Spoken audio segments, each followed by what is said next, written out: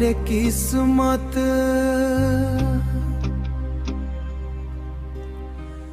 जियरा टूट गइल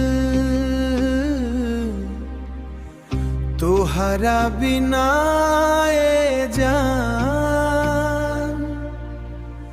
सब कुछ छूट गइल।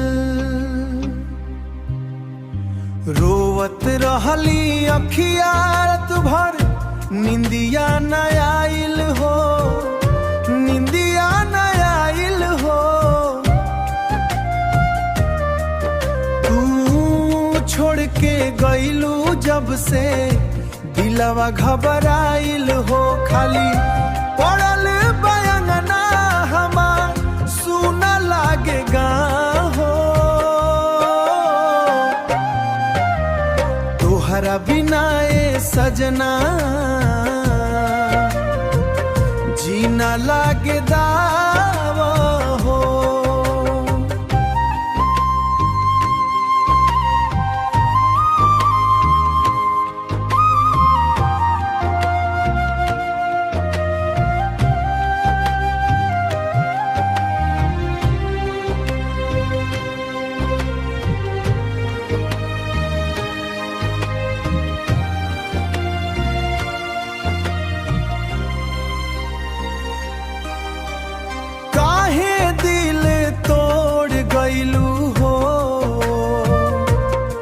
काहे छोड़ गइलू हो, हम तो तोहरे खातिर हम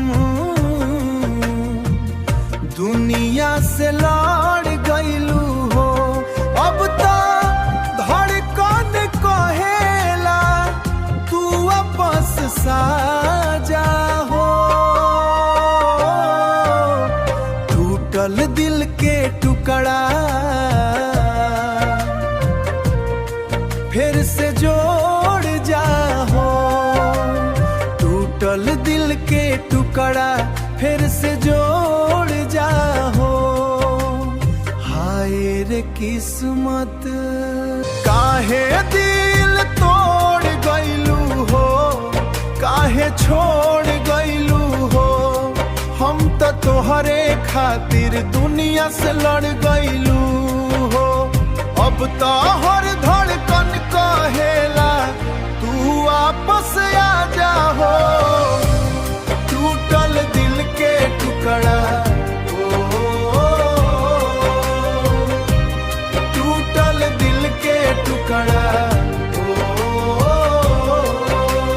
बरखा में भींजत दहिया याद तोहर आवे।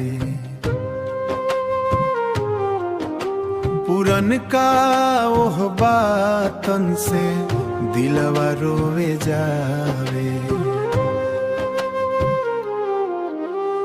राहत के ली हर दिन हम आस न टूटे हो।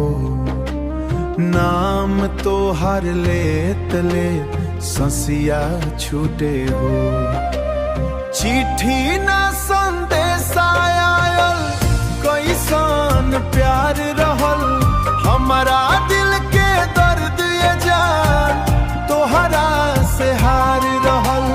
रोवत रहली अखिया रात भर तू ना लौटलू हो। सच्चा प्यार करे वाला ए दुनिया में रोवलू